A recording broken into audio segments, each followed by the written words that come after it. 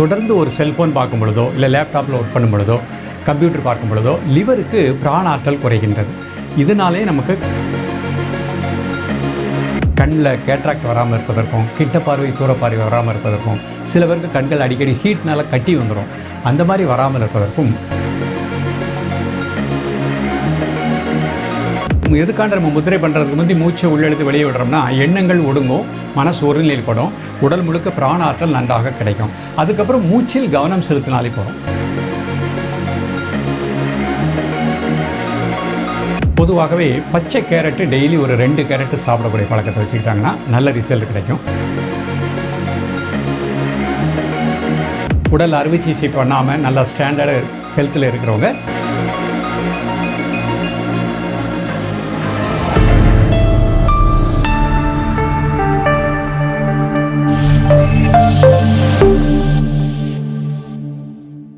Cosmo health நேயர்களுக்கு வணக்கம். இன்னைக்கு நம்ம கூட யோக கலைமாமணி கிருஷ்ணன் பாலாஜி அவர்கள் இணைந்திருக்காங்க. தொடர்ந்து ஆரோக்கியம் குறித்த நம்முடைய சந்தேகங்களை அவர்கிட்ட கேட்கலாம்.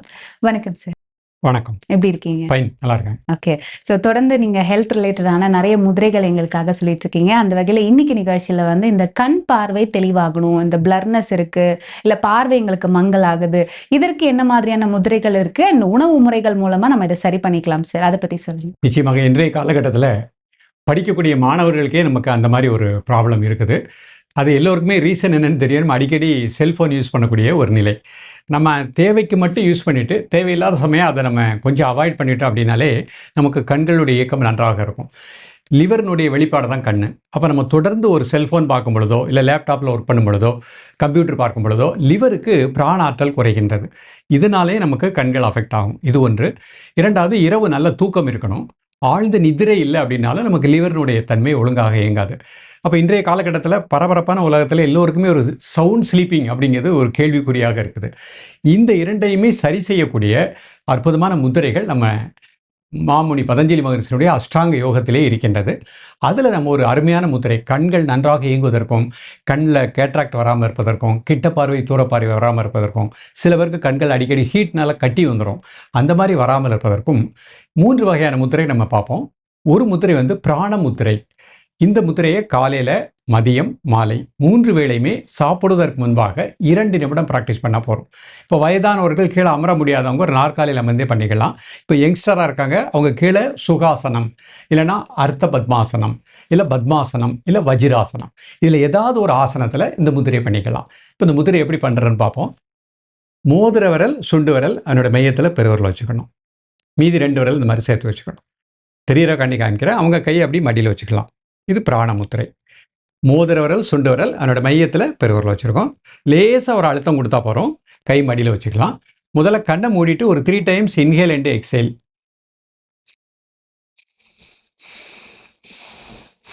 இதுலேயே நம்ம மூச்சோட்டத்தை சரிப்படுத்திடணும். மூச்சு உள்ளே இழுக்கும்போது அடிவேர் லேசாக வெளியே வரணும். மூச்சு வெளியே விடும்போது அடிவேர் லேசாக உள்ளே போகணும். அந்த உணர்வோடு 3 டைம்ஸ் பண்ணிவிட்டு கண்ணை மூடி ரிலாக்ஸாக 2 மினிட்ஸ் இருந்தாலே போகிறோம். இந்த முத்திரையில் வெரி குட் ரிசல்ட் கிடைக்கும். கண்களுக்கு நல்ல ஒரு ஆற்றல் கிடைக்கும், லிவருக்கும் சக்தி கிடைக்கும், இரவு தூக்கமும் வரும். அப்போ இந்த முத்திரை 2 நிமிடம் பண்ணிக்கலாம். இதுக்கப்புறம் கருட முத்திரை அப்படின்னு பார்க்க போகிறோம். பொதுவாகவே கருடன்னா நான் அதனுடைய கண்கள் அவ்வளவு கருட பார்வைன்னு சொல்கிறேன் இல்லையா, அதுக்கு ஒரு முத்திரை. இந்த மாதிரி வலதுகை வச்சுக்கிறேன், இடதுகை இந்த மாதிரி பின்னிக்கிறேன். கை விரல் மீது இந்த மாதிரி விரித்து வச்சுக்கணும். கை ஜஸ்ட்டுக்கு நேராக வச்சுக்கிட்டு நல்லா inhale and exhale 3 times. Then normal breathing. இன்னொரு பண்ணுறேன். முதல்ல வலதுகை இந்த மாதிரி வச்சுக்கிட்டோம், இடதுகை பெருவரில் அந்த மாதிரி பின்னிக்கிட்டேன். கை விரல் மீதி 4 விரல் இப்படி விரித்து வச்சுக்கிட்டேன். கை ஜஸ்ட்டுக்கு நேராக வச்சுட்டு நல்லா மூச்சை உள்ளே எடுத்து மூச்சை வெளியே விடுறோம் 3 டைம்ஸ். தென் நார்மல் பிரீத்திங்.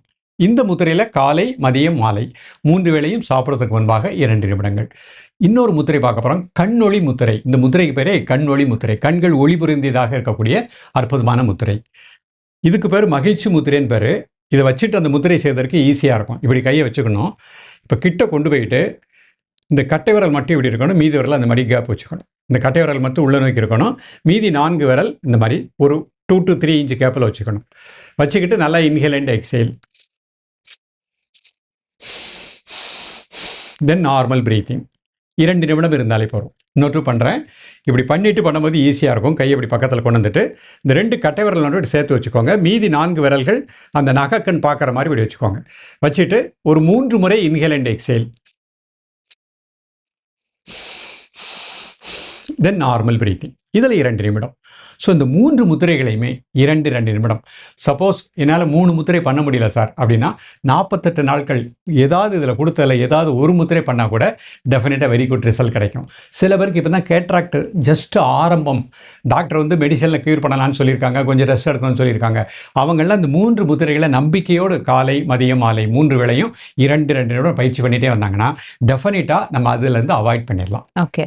ஸோ இந்த கண்புரைக்கான கண் பார்வை தெளிவாகிறதுக்கான முதிரைகள் சொன்னீங்க. இந்த 3 முத்திரையும் தொடர்ந்து நம்ம பண்ணலாமா சார்? தாராளமாக பண்ணலாம். ஒரு முத்திரை பண்ணி முடிச்சு அட் எ டைம் அதுக்கு அடுத்த முத்திரையும் பண்ணிக்கலாம். அதில் எந்த ஒரு சைடு எஃபெக்ட்டுமே கிடையாது. பொறுமையாக இந்த முத்திரை பண்ணும் பொழுது நம்ம முதுகெலும்பு நேராக இருக்கணும். பிரீத்திங்கில் கான்சன்ட்ரேட் பண்ணுறோம். மனசு வந்து நம்ம உள் உணர்வு, நான் வந்து கண்களுக்காக அந்த முத்திரை பண்ணுறேன், அப்போ எனக்கு லிவருக்கு நல்ல சக்தி கிடைக்கும், கண்ணுக்கு நல்ல ஆற்றல் கிடைக்கும். அந்த சிந்தனையோடு மனசு ஒருநிலைப்பட்டு பயிற்சி பண்ணாலே போகிறோம். அதுக்கு தான் 2 நிமிடம் கொடுக்குறோம். 1 நிமிடம் மைண்டு டைவர்ஷன் ஆகும். அடுத்த நிமிடம் அப்படியே அவங்க ஆட்டோமேட்டிக்காகவே அந்த முத்திரை செய்யும்பொழுது அவங்களுக்கு அதுக்குள்ள மனசு ஒரு காமா வந்துடும். அப்போ அந்த பயிற்சிக்கு முழுமையான பலன் கிடைக்கும். ஓகே. இப்போ ஒரு சிலவங்க இப்பதான் வந்து சர்ஜரி பண்ணியிருக்கேன் அப்படின்னு சொல்லுவாங்க. இந்த மாதிரி ஆப்ரேஷன்லாம் முடிஞ்சவங்க உடனடியாக அந்த முதிரை பயிற்சி செய்யலாம். ஆப்ரேஷன் பண்ணவங்க மட்டும் ஒரு 20 டேஸ் ஆப்ரேஷன் ஜஸ்ட் சப்போஸ் இப்போ கேட்ராக்ட் ஒரு கண் பண்ணியிருக்காங்க, அப்படி பண்ணவங்க மட்டும் 20லேருந்து 25 நாட்கள் வேண்டாம், பயிற்சி வேண்டாம். ஏன்னா அங்கே அப்போ ஃபுல்லாக ட்ராப்ஸ் விடுறது அதெல்லாம் இருக்கும். அந்த 21 நாள் முடிஞ்சதுக்கப்புறம் தாராளமாக 2 நிமிஷம் பண்ணிக்கலாம். ஒன்றும் தவறு கிடையாது. ஓகே. அண்ட் நம்ம ஆல்ரெடி போட்ட வீடியோல ஒரு சிலவங்க வந்து டவுட்ஸ் வந்து கேட்டிருந்தாங்க. முதிரைகள் பண்ணும்போது சேர்ந்து மூச்சு பயிற்சியும் பண்ணக்கூடாது அப்படின்னு சொல்றாங்க. அது சரிதானா அப்படின்னு கேட்குறாங்க சார். நம்ம முத்திரை பண்ணும்பொழுது மூச்சில் கவனம் செலுத்தினா போகிறோம். இப்போ எதுக்காண்ட நம்ம முத்திரை பண்ணுறதுக்கு முந்தி மூச்சை உள்ளெழுத்து வெளியே விடுறோம்னா எண்ணங்கள் ஒடுங்கும், மனசு ஒருநிலைப்படும், உடல் முழுக்க பிராண ஆற்றல் நன்றாக கிடைக்கும். அதுக்கப்புறம் மூச்சில் கவனம் செலுத்தினாலே போகிறோம். அந்த எந்த முத்திரையில் இருக்கீங்களோ அந்த முத்திரையில் இன்ஹேல் எக்ஸேல் மட்டும் மூச்சில் கவனம் செலுத்தி ப்ராக்டிஸ் பண்ண போகிறோம். முத்திரைகள் தனி, மூச்சு பயிற்சி தனி. ஆனால் நம்ம முத்திரை செய்யும் பொழுது மூச்சில் கவனம் செலுத்தும் பொழுது மனம் ஒருநிலைப்படுகின்றது. அவ்வளோதான். ஓகே. ஸோ நம்ம என்னதான் முதிரைகள் எல்லாம் பண்ணாலும் உணவு முறையினுடைய சப்போர்ட் இருந்தால் தான் வந்து இந்த கண் பார்வையை சரி பண்ணலாம் அப்படின்னு நம்ம சொல்லியிருந்தோம். ஸோ உணவு முறையில் நம்ம என்ன மாதிரியான உணவுப் பொருட்களை அதிகமாக எடுத்துக்கலாம் சார்? பொதுவாகவே பச்சை கேரட்டு டெய்லி ஒரு 2 கேரட்டு சாப்பிடக்கூடிய பழக்கத்தை வச்சுக்கிட்டாங்கன்னா நல்ல ரிசல்ட் கிடைக்கும். சில நபர்கள் சார் பச்சை கேரட் சாப்பிட முடியாது சார் அப்படின்னா அந்த கேரட்டை நம்ம இந்த மாதிரி பொரியல் மாதிரி வச்சு கூட சாப்பிட்டுக்கலாம், தவறு கிடையாது. பட் நல்ல ரிசல்ட் கிடைக்கணும் அப்படின்னா பச்சை கேரட் 2 அல்லது 3 ஒரு நாளைக்கு காலையிலையோ மதியமோ நம்ம சாப்பிட்டுட்டோம் அப்படின்னா கண்களுக்கு நல்ல ரிசல்ட் கிடைக்கும். அதே மாதிரி முருங்கைக்கீரையை நம்ம வந்து ஜூஸ் போட்டு சாப்பிட்லாம், இல்லை பொரியல் வச்சு சாப்பிட்லாம், அதை மாதிரி எடுத்துக்கிடணும். அதே மாதிரி நம்ம வந்து மஞ்சள் கரிசலாங்கண்ணி கீரை மிக மிக அற்புதமான பலனை கொடுக்கக்கூடியது. அது வந்து லிவருக்கு நல்ல ஸ்ட்ரென்தன் பண்ணும். அப்போ கண்கள் நன்றாக இயங்கக்கூடிய நிலை கிடைக்கும். ஸோ இந்த மாதிரி கருவேப்பிலை உணவில் எடுத்துக்கிடணும், கொத்தமல்லி உணவில் எடுத்துக்கிடணும்.